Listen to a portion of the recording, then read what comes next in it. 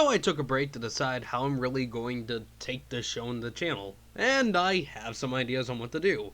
I revamped the structure a bit to allow for more jokes, I redid the intro, and I actually know what video I was going to put out for the rest of the year. But don't worry, there's still some things that are going to be the same, like I'm still hiding behind this Plague Doctor character from Darkest Dungeon that I do not know who made. Like, seriously, I really do not know who made the art. I would like to know so I can properly credit them, to know if, hey, it's okay, I can use this, but whatever. But at least we know that won't be changing anytime soon. Pay no attention to that in front of the camera!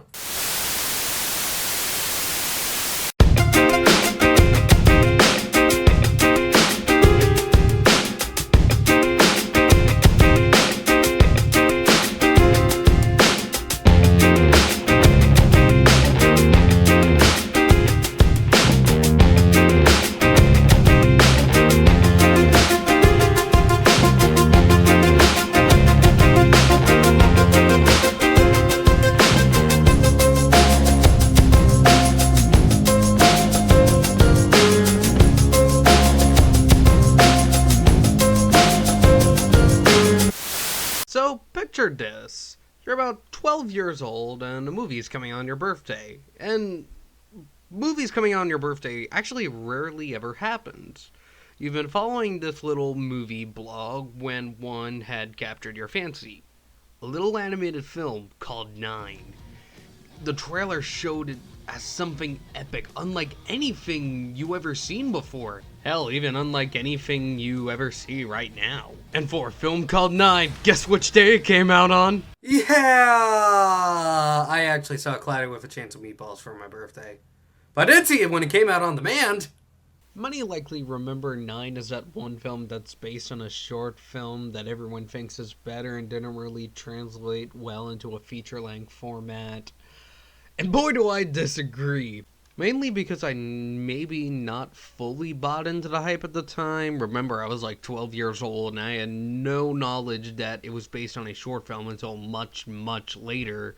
Or, well, I just plainly disagree. This is actually the first and only film from director Shane Ackler, who worked visual effects on stuff from Return of the King to 47 Ronin, and was even given a little bit of thanks in It's a Beautiful Day. But first, let's look at trailers. This is actually more important than you realize at first.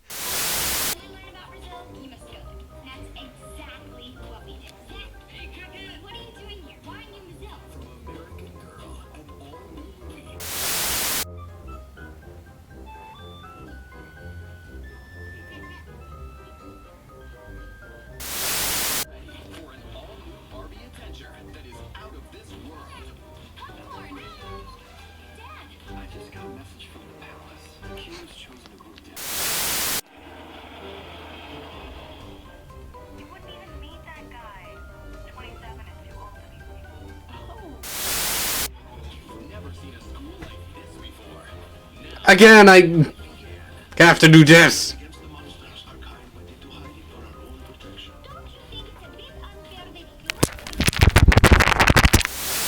Most of these aren't kids' films. I mean, they're goddamn toddler films. Why would you make these? But enough of complaining about trailers for now. Let's actually get into the film properly. The film of our titular 9 birthed and awakened into the world, carrying with him a strange talisman. The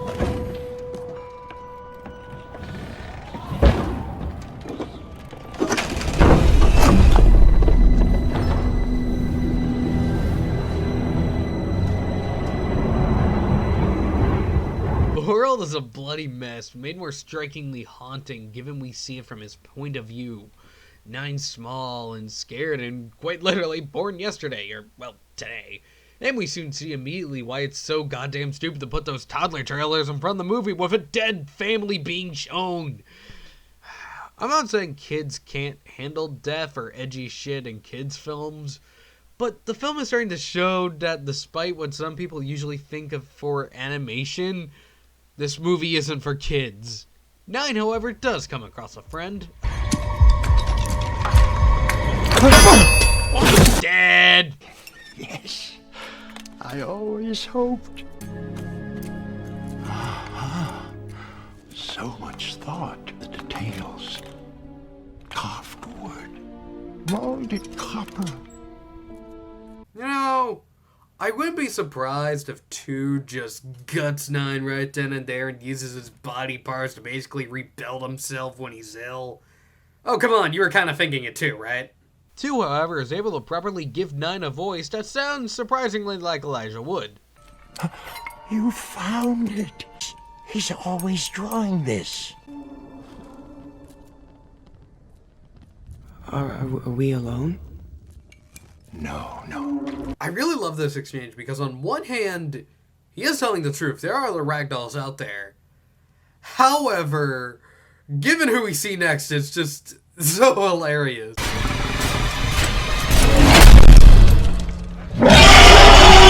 I hope the kitty likes backgrounds. Mr. Kitty grabs 2 and almost gets 9 by the inch of a claw and runaways with the talisman. 9 tries to catch up but is injured and eventually saved by 5, voiced by John C. Reilly, who then introduces him to 1, played by Christopher Plummer, 8, and 6. Do you sometimes wonder if the scientist from earlier was actually a dick? Like, he'd put on his back 99 just to fuck with the rest of them? Like, crap, there are 91 more of you fuckwads? Fuck this shit. I'm leaving you all assets to your death. When we woke in this world, it was chaos. Man and machine attacked each other with fire and metal. 1 shows a bit of the backstory of the world where man and machine battled, and no shit, machine won, with the little guys caught in the middle. And we see that 1 isn't the only one who turned a blind eye. 1 doesn't want 9 heading out there, basically saying it's your funeral, but 5 and 9 really wanted to save 2, saying the monster took him to a factory nearby. For it seems to save 2, it would be a 9 to 5 job. Okay, I'll try to stop with the puns.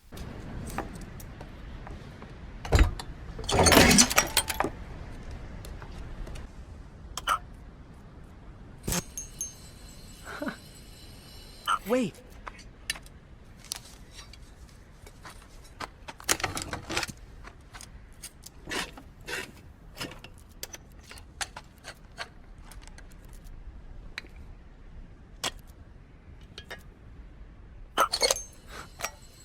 Two would be impressed.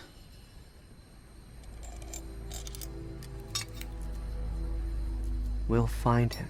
One of the biggest reasons I love this movie is how the ragdolls use the remnants of the old world to basically create their new world from this small world, sort of big world perspective. Roller skates as carts and beds, scalpels as swords, and then we see in this thing, this little light figure from little light bulbs to basically be their torch. Eventually making him find 2 trapped in his little cage, but of course Mr. Kitty comes back again. Come on, Mr. Kitty, come catch the light. Catch the light, Mr. Kitty. They do come across another friend, of course. 7? I don't believe it. Hey there, do you know why 6 is afraid of 7? Cause 7's a stone cold murderer, wears Tweety Bird Skull's hat. That smells as fuck. The dolls have their happy little reunion when 9 realizes he really doesn't belong with these guys. He's just known them, so yeah. End of the movie, right? Wait! We don't know what it is.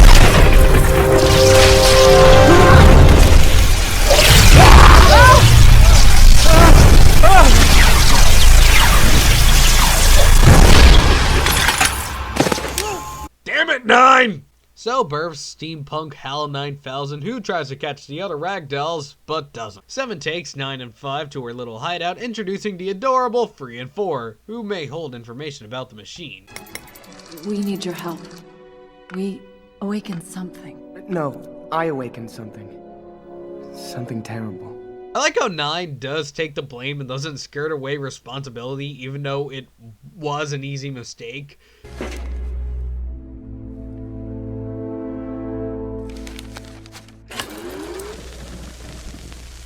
Look at that pussy. You call that a money-making motherfucker? It sure is. You call that a money-making son of a bitch? Yeah, right, it's a money. I'll tell you what, Bitch. there ain't but one motherfucker around that'll suck that son of a bitch, and it's me. What the hell is this? There's a lot of men that like Today dawns a new era. Let us praise this new technology. Welcome to the age of the machine. It will create new machines in its own image. Machines of peace. Ah, yes, these robots. For peace. So yeah, the robots eventually turn on man, and the robots are all that's left. In trying to find info about the talisman, 5 reveals that 6, a living Tim Burton doll, has constantly been drawing these symbols. In trying to find more info about it at the little hideout, they are captured by 8 and are chastised by 1. Back to the source. This is what awakened the machine. Ah, you can't be trusted. I won't allow you to endanger us further. Subjugate them. So what? Literally. Take their belongings. Nothing but a coward.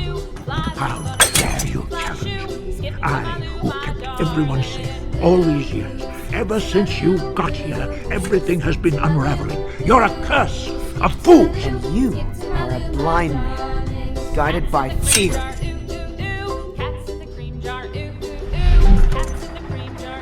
Sometimes fear is the appropriate response.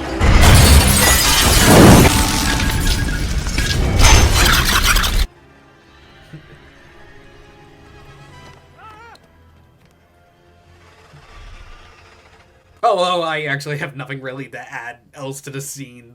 It's just really badass. I love how Shane Ackler uses a small world to his advantage to create these epic scenes.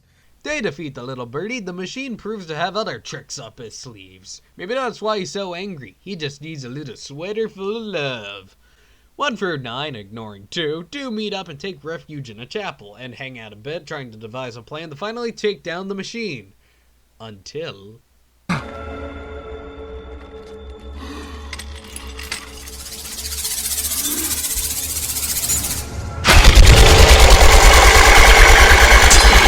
Let's make this clear. They used a carcass of one of their old friends, imparted a serpentine-like creature. And yet, according to the advertisers and the parents, because this is animation, this is okay to show little Joey and Caroline. The hell? Also, a quick sidetrack. Do you guys know that apparently being hypnotized by Kaa from the Jungle Book is a fetish?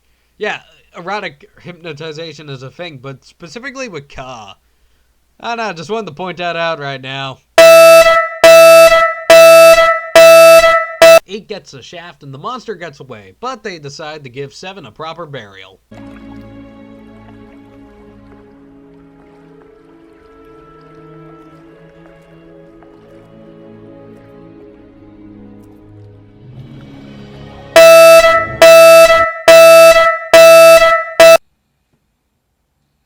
With a plan in check, they head off to fight the machine, who's built more little critters at his disposal. No! Not yet! Let go, you fool! We're coming! Now!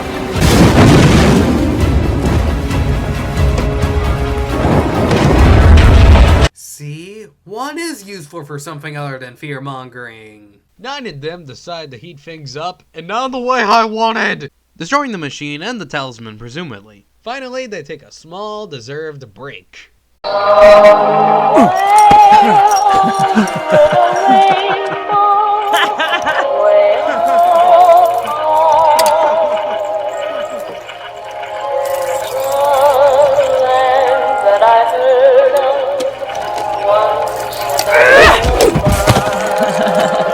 Favorite thing in post-apocalyptic movies are these little moments like these, you know, these small, happy moments you gotta just embrace when the world has completely gone to shit. Because not only does it expand the characters, it allows the audience to get attached to the characters more. It allows breathing room. It allows you to just take a breath when things have previously gone to shit. Only for the movie to go, ha ha, fuck you, we're not done with you yet.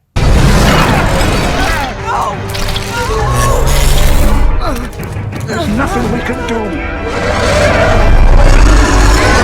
5 gets his soul sucked out, and soon so does 6. But before he goes, he tells 9 to head back to the source. Trapped! They're trapped! They're inside! They're inside!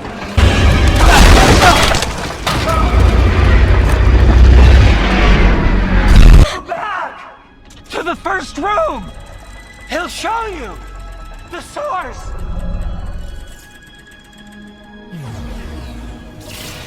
But 1 decides to take the fun route and destroy the machine once and for all, while 9 goes back to the room and tries to find a solution. It had such promise, my great machine. It was meant to be an instrument of progress. That was the agreement our Chancellor failed to honor. The fault is hardly his alone to bear. The machine was born purely of my intellect, which I now know was not enough. Creation was hopelessly flawed and indeed dangerous, for it lacked the human soul. That is why I am making each of you. You are all that's left of humanity. You are all the pieces of my soul. I was a bit confused by the ending when I was younger, but now I actually really do love it. The machines are this soulless thing constantly trying to get what it can never actually have. A sign of man's hubris and what would ultimately lead to its destruction. And 1 through 9 must work together to do what humanity has failed to do and bring life back to the world. 9 rushes to them to tell them not to destroy the machine, and they quickly try to devise a plan to recapture the talisman. But soon 9 is cornered, until... They left us nothing. Why do we have to right their wrongs? Sometimes one must be sacrificed.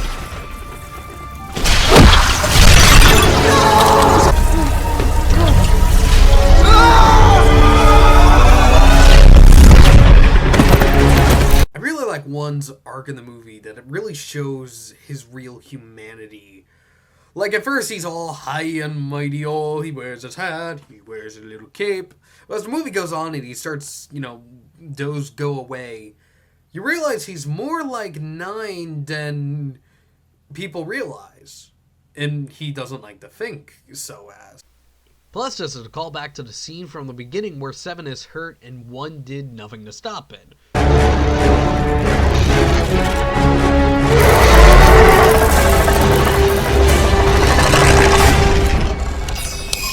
Out of order? What do you mean, out of order?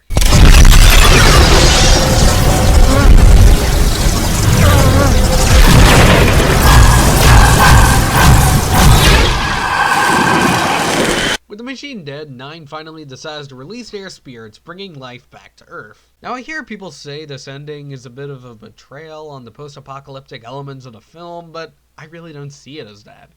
It's not always grim dark because of those happy moments. Plus, I really absolutely love the ending to this. It's visually striking as well as a great way to wrap up all the character arcs and stories.